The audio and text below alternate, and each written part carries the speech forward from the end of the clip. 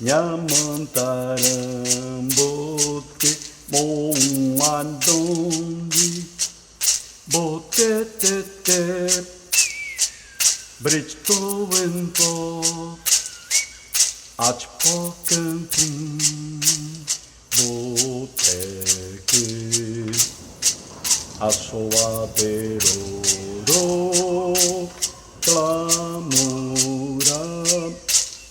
Akotanu Anei Niguarametron Do guardando E me cadando Lometlococum Nidom, nidom, nidom, clera Nidom, nidom, nidom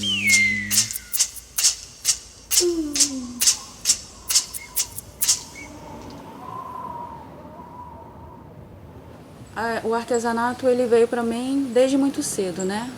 Eu aprendi com a minha avó muito cedo a utilização das sementes, primeiramente para uso medicinal, né? Que minha avó sempre fazia medicina, remédio pra gente com algumas sementes, são as sementes sagradas, né? E a minha avó ela sempre utilizava colares. Na região minha avó veio da Bahia, mas foi morar no Rio de Janeiro e depois veio para Minas, né? E algumas sementes não tem aqui na nossa região, são exclusivas do Nordeste, da Bahia. Então ela conseguiu adaptar e ela fazia seu próprio artesanato com lágrimas de Nossa Senhora, que está presente em várias culturas indígenas, né? Então a lágrima de Nossa Senhora ela é utilizada também para medicação, poucas pessoas sabem, né? A lágrima de Nossa Senhora, ela utilizava bastante. Então, ela fazia colares, pulseiras. Então, desde de pequena, eu já tenho esse contato com as sementes, né? São as sementes sagradas. E sempre fiz pra mim, né? Sempre fazia uma pulseirinha, um colarzinho. Artesanato é uma coisa que eu acho que tá em mim. É algo que eu fiz brincando. Quando a gente é criança, a gente aprende a brincar de diversas formas, né? Alguns aprendem a brincar com boneca, outros de casinha. Eu aprendi a brincar pegando folha de mandioca, barro, latinha, pé de café, pegar um pouquinho de café e brincar com sementes no geral, né? Através da brincadeira, você sabe aquilo que pertence ao seu espaço, ao seu local. E também as minhas tias, a minha avó, elas ensinavam a gente a fazer as coisas. Então, todas as mulheres da minha família, todas as mulheres da minha família faz algum tipo de artesanato. E faziam para as casas dos donos das terras que elas ficavam, para as casas das grandes fazendas, todas elas faziam alguma coisa. O primeiro contato da arte comigo que eu tenho é o canto, né? Que é o Robogure, Itanaji, Itanaji, Guaxantie, Guaxantie, Guaxantie, Guaxantie. Bem, então, o Jurandir me passou as músicas e eu comecei a cantar nas rodas. E aí, nesse vai e vem, contando as histórias, a gente conversou, eu, Carmel e Opetara, né? Para nós pensarmos em começar a produzir alguns artesanatos. Então foram elas que começaram a produzir alguns banners, produzir também algumas ilustrações dos bonequinhos, né? Bem interessante, feito de cabaça, né? Para nós buscarmos, termos a nossa identidade, né? Nossa identidade própria. Essa semente é conhecida como conta de lágrima, né? Vocês vão ouvir muito falar conta de lágrimas, lágrimas de Fátima, lágrimas de Nossa Senhora. E em muitos locais você vai ouvir falar assim, mas não tem mais, não vejo mais isso. Eu vi muito na minha infância, porque elas dão muito próximo de brejo, elas dão muito próximo de locais assim, com muita abundância de água. Ou elas vão dar em locais dependendo de quem planta. Mesmo vivendo hoje em contexto urbano, eu tenho conta de lágrima nascendo no meu jardim. A conta de lágrima, na verdade, essas continhas, elas também têm outros nomes. Várias pessoas chamam elas de vários nomes. Vocês vão ouvir. Quando vocês identificarem uma pessoa, pergunta para ela, como é que chama? Mas, no geral, ela tem uma função muito forte. Ela é um protetor. Toda conta de lágrima, ela tem uma função muito forte de proteger aquele que a leva. Então, é como se você estivesse regando o seu corpo, regando o seu caminho. Então, antigamente, o que se via mais em abundância aqui na região são essas contas de lágrimas de Nossa Senhora, onde a minha avó tinha mais acesso e conseguia fazer o artesanato, fazer os colares. Ela fazia muito terço também, antigamente, né? E era uma coisa que tinha muito em abundância, era uma semente, uma planta que qualquer lugar tinha. Mas hoje em dia, com a expansão da cidade, com os prédios, essas áreas que eram áreas alagadas, onde essa planta gosta, é o habitat dela, né? Onde que ela gosta de brotar e nascer, já não existem mais. Mas eu só fui conhecer a viola de taquara alguns anos depois que o Rodinei me apresentou lá em Araponga. O Rodinei é lá dos Touros, onde houve talvez uma das últimas aldeias indígenas do Puri, lá nessa região, que até 1936, segundo o Caraí Mirim, existia essa aldeia, e ele nasceu lá também, nessa região dos Touros. E o Dinei mora lá agora. E aí o Dinei me mostrou essa viola, e durante a pandemia eu não podia fazer muita coisa, eu falei para ele, Dinei, faz uma foto dessa viola, me manda para eu confeccionar aqui. Então confeccionei a primeira viola, que nós temos ela em exposição aqui no Museu da Cultura Puri. Hoje em dia eu consigo ter acesso a essas sementes através de produtores rurais aqui da região, né? Tem uma moça que ela do acampamento lá do MST, que ela tem um plantio dessas sementes, eu consigo comprar com ela, né? Para poder estar fabricando. Já plantei algumas, mas aqui na minha casa, como eu moro em uma comunidade, minha casa é pequena, infelizmente eu não consigo plantar, né? Ter assim uma quantidade que eu possa colher e fazer o artesanato. E a maioria das sementes são sementes de árvores grandes, né? Igual a de olho de cabra, é uma árvore grande. Então aqui na região a gente não tem e eu tenho que comprar, realmente eu tenho que comprar de produtores de outras regiões, né? Mas aí eu tento adaptar isso à minha realidade, né? Eu tento criar novas peças, tento fazer um artesanato mais moderno, mas sem perder a essência, né? Sem perder toda a conexão que a gente tem com esse material, com essas sementes, sem perder o conceito, sem perder a história. Então a gente tenta fazer igual assim, eu tento fazer. A semente de olho de cabra também é uma semente muito sagrada para nós, né? Uma semente de proteção. Então eu tento adaptar isso à minha realidade, né? E tem um conto específico, né? Eu vou falar conto porque minha madrinha, minha avó, minha mãe, elas falam, não é história, é vida. É o que eu aprendi. Você vai falar que é história, mas eu vou te falar que é minha vida e minha vivência. Então eu vou falar para vocês um conto que eu ouvi da minha avó, que eu ouvi das minhas tias, eu ouvi de todas elas. As contas de lágrimas, elas mudam de cor. Então você vai ver umas que são bem branquinhas, umas que às vezes são mais escuras, umas que às vezes estão maduras, e ela começa verdinha, verdinha. Só que no seu corpo, quando você está com a conta de lágrima no seu corpo, dependendo do tempo que você tiver com ela e quanto tempo você estiver com ela, ela vai ficar mais escura. Nesse dia é porque ela reteu toda a negatividade de você, toda a energia que era ruim, ela te protegeu de alguma forma. Você vai, tira ela carinhosamente, dá um banho nela de água de sal e deixa ela 7 dias sob o luar da lua. 7 dias. Você deixa ela tomando a bênção da lua divina 7 dias. E se por acaso você estiver usando um colar, ou uma pulseira, ou uma gargantilhazinha, ou uma tornozeleira de conta e ela arrebentar, significa que ela te protegeu de uma maneira muito forte e fiel.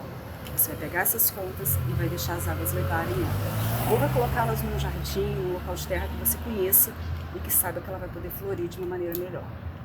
Mas para mim, na minha crença, na crença do povo puri, tem aqueles que não conhecem, tem aqueles que conhecem, mas eu estou falando que eu fui criada dessa forma, tanto por parte de pai, quanto por parte de mãe. Não tem protetor maior e melhor. Dificilmente você vai me ver sem elas. Então, essa é uma viola de 2 cordas, né? Esse aqui é um bambu maior, né? Como é muito difícil de encontrar taquara, eu estou utilizando alguns bambus que eu ganho e que eu encontro no meio da estrada, né? E vou desenvolver também uma identidade de saber que, dependendo do ponto onde eu coloque o segundo traste, ele vai me dar uma outra tonal diferente, né? Bem, o povo Pataxó foi o primeiro povo que teve contato com os brancos, né? Quando os brancos chegaram. Então foi um povo, e continua sendo um povo que batalha muito para poder manter viva essa cultura, né? A cultura Pataxó ainda é uma cultura muito forte, né? Onde se preserva todos os seus adereços, todos os seus rezos, todas as suas cerimônias. Então isso vai de geração para geração. Conhecimento é uma coisa que está com você. É quem você é o que você é. Imagina, as pessoas todas, estamos em 2025, e esse ano pelo IBGE deu um registro de número de pessoas indígenas imenso em contexto urbano. Por quê? Porque elas estão tendo o direito, olha isso que eu estou falando, direito de falar que são pessoas indígenas. As pessoas tendem a achar que o indígena só nasceu lá próximo do Amazonas, lá longe, que nenhum outro estado tem. Vamos estudar, meu povo, vamos pesquisar, vamos entender geografia, vamos entender a história e a memória do país que você vive, mas principalmente do estado e da cidade que você vive. Isso para mim é indispensável. Então, se você sai na rua todos os dias de grafismo, de adorno, de tiara, de cocá, você vai ser alvo. Mas se eu não saio, eu não sou ninguém. Eu ainda sou invisível. Porque você tem que ter um documento escrito, você tem que ter uma imagem, você tem que ter uma língua, você tem que ter o registro de quem você é. Não basta ser quem você é. Então vou ter bastante possibilidades de estar explorando um instrumento a partir da manipulação dele com os pedaços de graveto, né? E aí então eu uso bambu, uso genipapo, né? Um pedaço de genipapo ou outra madeira que bem, e aí faço uma adaptação com a cabaça para produzir uma sonoridade. Com isso, nesse trabalho que nós temos que construir os nossos instrumentos para construir a nossa identidade, eu também comecei a pesquisar o coco, beber água do coco, tirei a água do coco, cortei o coco, limpei o coco e fiz o meu próprio maracá, né?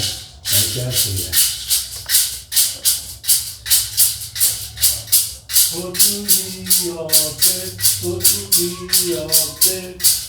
Homem de petroma, brinco, ai,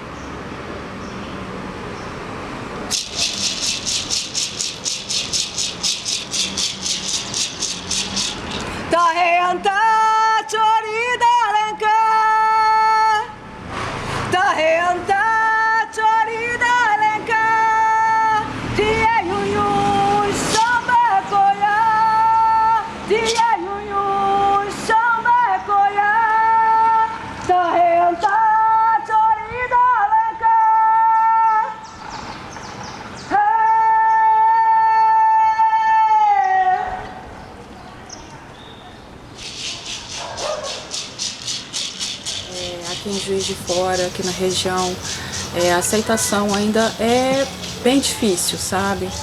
As pessoas ainda têm um certo preconceito em utilizar um material natural, né, que são sementes. Ainda tem muitas questões ainda muitos tabus para serem quebrados, né? Que existe uma história, existe uma vida, existe uma tradição, porque são história milenar do povo, né? O povo sempre existiu aqui, a gente não sabe quando, a partir de quando, né? Não se tem noção. Nós conseguimos, através desse trabalho de pesquisa, reunir esse acervo de informações. Então, para mim que comecei do zero, que não tinha ninguém, para vocês que vão começar já com produção de livro, produção de música, produção de vídeo, produção de um museu da cultura Turi, quer dizer, eu acredito que fica mais fácil. Ou não. Agora, usa se quiser, aprende se quiser, né? Você é livre, o Turi sempre foi livre, né? Então, eu acredito que os mais velhos antigamente falavam pra gente, olha só, se os mais novos soubessem o quanto é importante ele estar ao lado do mais velho, porque nós, o meu tio falava para mim, disse, nós aprendemos, mas nós não temos perna. Mas o conhecimento nós temos. Então, se você unir as pernas do jovem que pode correr e falar e cantar e trabalhar com o conhecimento que a gente veio levantando até agora, a gente vai chegar mais longe. Olha, eu vou falar uma coisa. Só existe uma maneira de você construir a memória, de você manter a memória, de você registrar ela. É você passando conhecimento. É você fazendo troca de saber. É você partilhando o seu conhecimento. Eu vou fazer um canto na língua Pachorrã, né? A língua do povo Pataxó, que é um canto para a lua cheia.